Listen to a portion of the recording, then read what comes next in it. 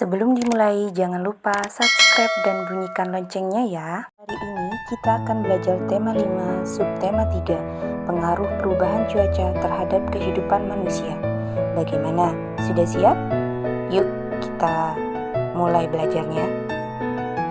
Cuaca bisa berubah dalam sehari. Bisa saja waktu pagi cuaca cerah, sedangkan saat sore hari cuaca tiba-tiba hujan. Banyak anak-anak ketika hujan bermain air hujan di luar. Namun, cuaca bisa juga menjadi ekstrim. Contohnya, hujan disertai petir. Tahukah kamu sebenarnya hujan mengeluarkan suara yang disebut white noise? Nah, suara tersebut dapat menenangkan pikiran.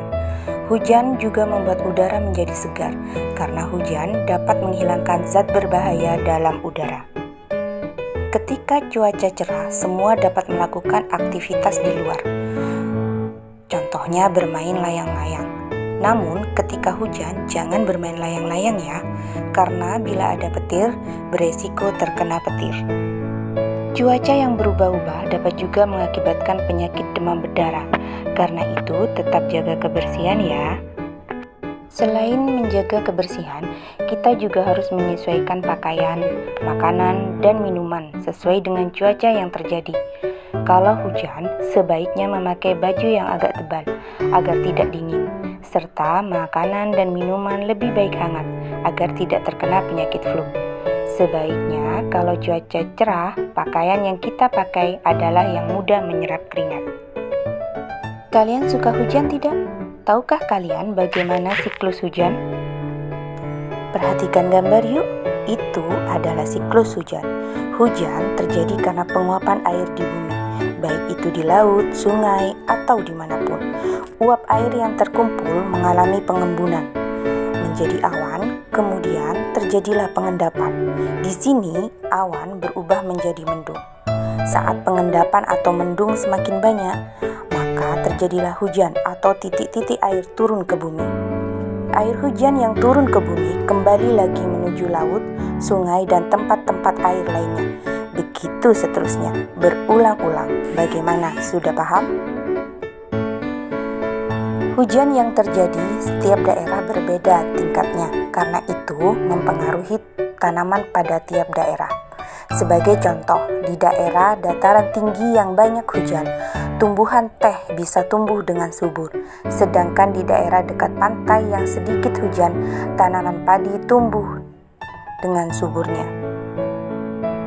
Selain tanaman di Indonesia, banyak memiliki perbedaan di setiap daerahnya.